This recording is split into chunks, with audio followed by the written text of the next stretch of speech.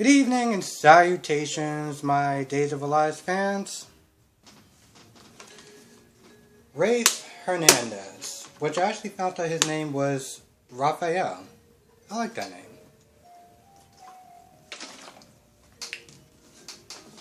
I like Archangel's names, so Michael, Gabriel, stuff like that is pretty cool.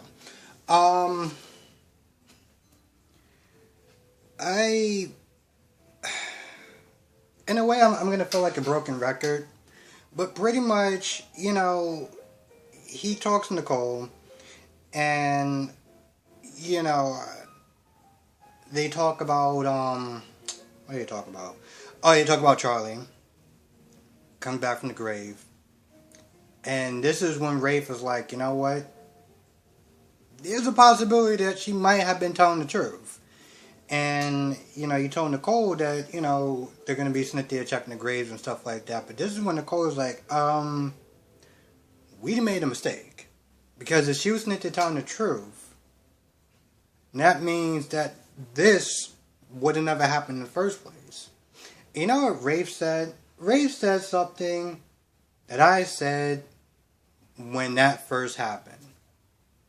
That it was an excuse. Because that's really how he felt. That's really how he felt. And I'm just like, you unfaithful dick. Like, when he said that, I paused it, I rewinded, and I watched it around maybe 4 times. Because I wanted to hear him actually say that. He was like, that's what I wanted to happen. I wanted you, and yada, yada, yada, yada, yada. Now, Nicole is the only person in the room, between the two of them, that actually has some sense, some common decency, to some extent. And it's like, yo, listen. Did you tell Ava that? And she pointed out that while we were doing whatever, she was sitting there, scared, desperate, trying to get a hold of you. And where were you at? And when he said it, he's like, yeah, she was sitting here by herself. And I'm just like, okay, so you just repeated what she said. And you're still sitting there trying to get with this woman. Like, the hell with that relationship. That's not important. That's what I really want. And you know what? I would actually been okay with that if you would have manned up and said that the first time. Instead of using what happened as some sort of excuse. Instead of using that as an excuse. If he doesn't want to be with her, fine. Then tell her. Man up and tell her. He's all like, oh, I'm going to sit down and tell her that. And Nicole's like, yo, I'm not going to be that friend. You can't do that. Which is stupid on Nicole's part because clearly she learned nothing about secrets and stuff like that. She just assumes that, no one's going to be the wiser. So, she ups and leaves. She's like, yo, listen, we got to forget about it. I'm not giving you a choice. And she walks off. And Rafe is sitting there begging her to stay practically. I'm like, bro, you...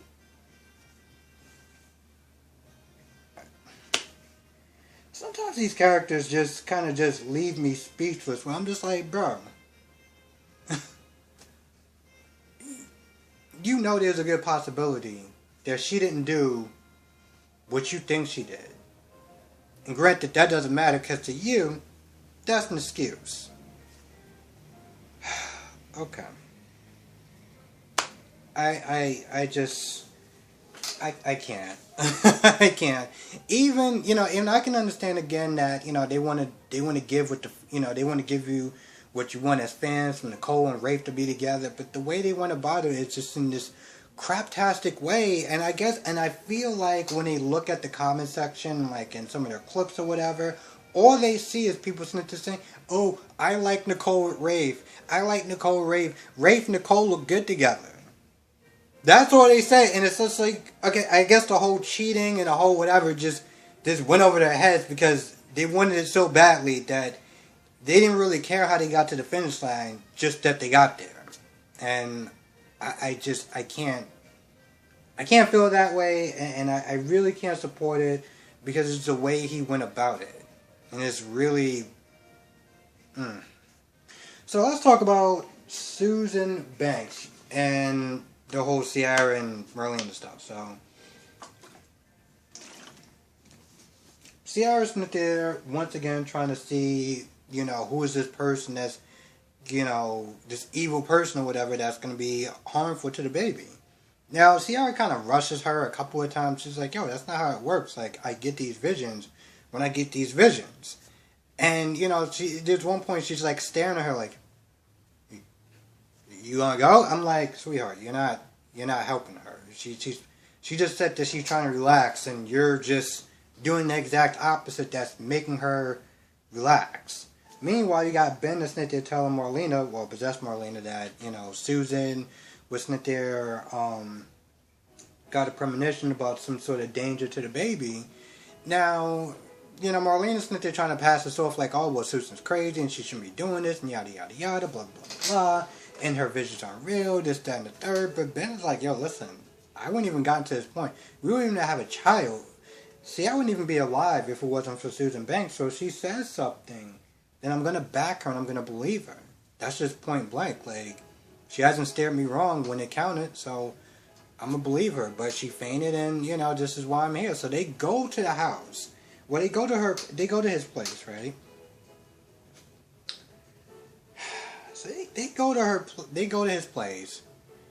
And the way that first of all, Marlena openly threatened Susan in front of both of these idiots. And I call them idiots because they just stood there.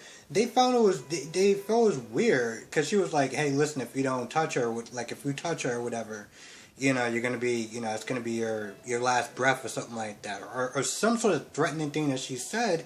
And Ben and Ciara just kind of stood there like and looked like they were puzzled, like, what? I'm sitting there thinking, okay, Marlena, the person you've known for a very long time, just openly threatened this woman. And your reaction is just, duh, what?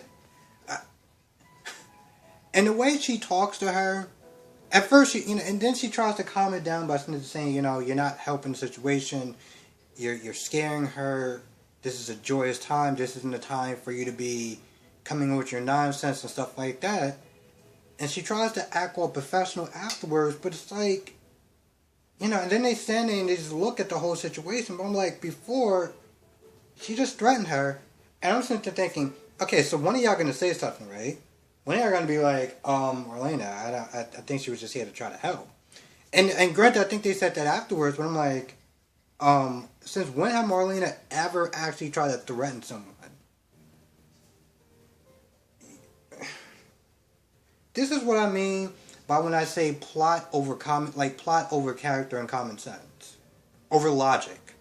And I guess soap opera logic is a little loopy, but this is somebody you've known for years. And the minute that she walked into the room, she openly threatened someone, and you're just standing there like, should we say something? And then towards the end, when she's like, all right, listen, y'all need to just kind of stay there, just, like Ben to take care of Ciara, and I'm going to sit there and deal with Susan. Susan, come with me. And then she turns around, she's like, come with me now, or something like that. And he's standing there, once again, like complete idiots, and doesn't say anything, just like, and then after they leave, they just talk casually, like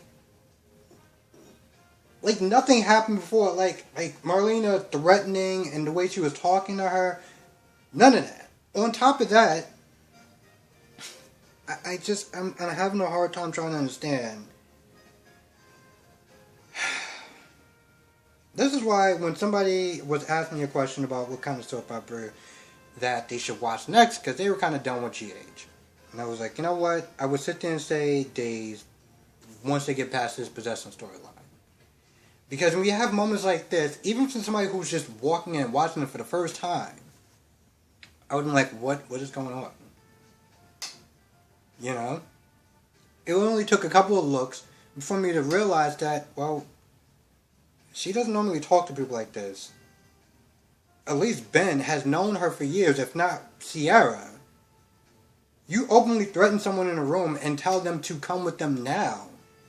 And they just kind of stand there like, and then they start talking about, well, who do you think the danger's going to be and stuff like that. And I'm like, what?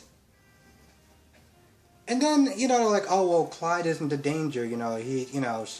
Clyde said that it's not him and somebody else. I'm just like, so we're just not going to talk about what just happened, right? We're just gonna pretend that didn't happen? Really? Okay.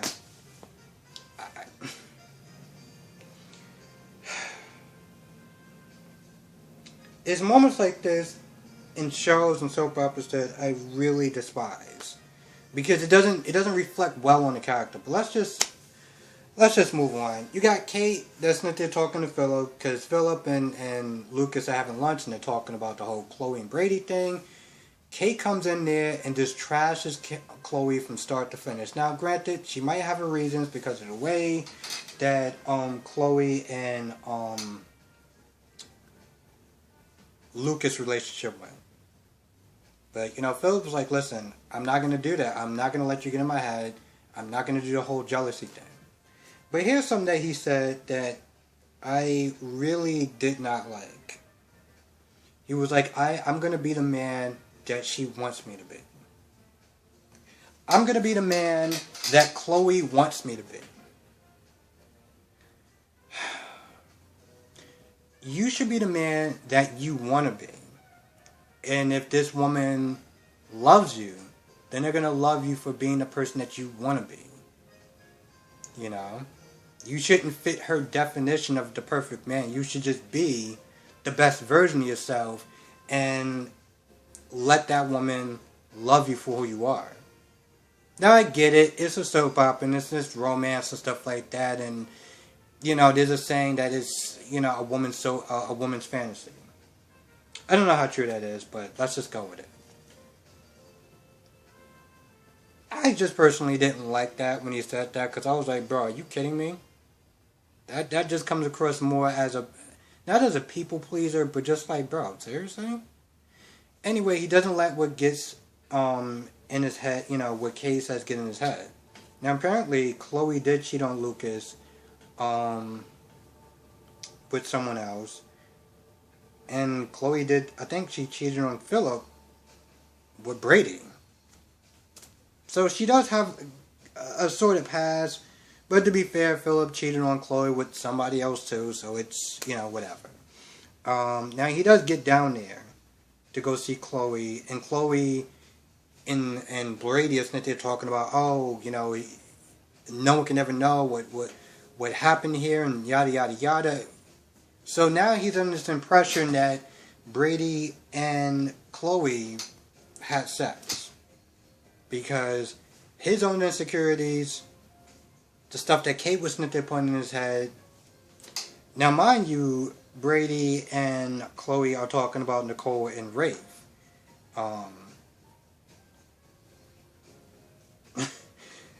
So, that's a whole other thing. But also, when Brady came in there, Brady was like, he looked at her, and she was like, well, what are you looking at? And he just blurts out, oh, I'm just, fantasizing about just throwing you on on the table and just, showing you who's boss. In the biblical sense. And she's just like, I'm sorry, what? Now, Brady does talk about the fact that it was Marlena that gave him the advice because of the whole Rachel thing. Because he was trying to get advice for how to deal with Rachel because of Kristen. And he said that Marlena was like, you have to be honest with yourself. And be honest about how you feel with Chloe. But when he said that she told me to just come in the room, throw you on the desk, and have my way with you. She was just like, what? Like, this isn't something that this isn't something that Marlena would sit there and say. Like, this is so out of character. And you would honestly think that it would be out of character for Brady to even question her logic. But once again, we gotta have plot over character and common sense. Even within the show. So he blurts it out. And then he takes it back, and he's all like, I'm trying to respect you, and yada, yada, yada, but that's how I feel. Then they move on, and that's when they talk about the desk that Nicole decided to use as, you know, as her thing with Rafe. So now, you know, this is when we get into the whole, Chloe's into saying, well, that desk has been used more than once or something like that.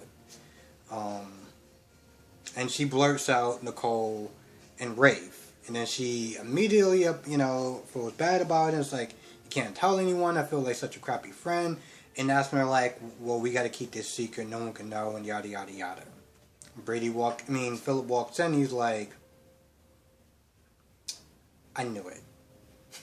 Now, granted, again, it's one of those things where it's like, well, you really... Yeah. Apparently, Kate also tried to poison Chloe with brownies because of Chloe being with somebody. I love how Kate just kind of be like, yeah, well, you know, I did it. Like, there was just no shame. Like, oh, that old thing. That old poisoning thing. You know, I always try to take it light, but oh, just that old thing. Yeah, that old thing. What the I'm just like, how do you just sit there and just pass that off like it's just, I don't know, Tuesday conversation? How does that work? Now, towards the end, you know, you got Marlena's like, yo, you can't see them again because you're putting all sorts of ideas in their head. That's not helping. I forbid you to see Ciara and Ben. And Susan was like, I'm just only there to try to help. I'm not going anywhere. Because, you know, Marlena's like, you need to go back to Memphis and be with Roger. And Susan's like, listen, I'm not going anywhere until I get to the bottom of this. So when she decides to walk off, Marlena grabs her hand. And the expression on her face, she turned around, she was like, that's where the evil's coming from. It's coming from you. So I guess she'll be knocked out or put in the dungeon somewhere. But then again, I could have swore I saw previews of Susan being possessed. Which I don't really know why or how that happened. But, yeah. I think that's about it. I might have missed a couple of either major or minor things, but I think for the majority, that's about it. I felt like I was just... sound like a broken record with Rafe. But at this point, I'm so done at the way he's going about it. And yeah, he was like, oh, I'm going to sit there, you know, he was like, oh, I was going to sit there and tell, you know, Ava about us. But then, you know, Trip came in and kind of messed up the whole, you know, kind of steered the conversation in a different way. But don't worry, I'm going to sit there and tell her. Okay, Rafe. I guess now you decide that you want your man card back and decide to, you know, man up. I just... He actually said that, yeah, but that was just an excuse to do what I wanted with you. The whole Ava might have killed someone, I just used that as an excuse to be with you. But that's romantic, right? Okay, I'm done with my complaints with Rafe for today. And with that being said, I'm going to go. I want to thank you for watching. Be safe. I will see you in the next video.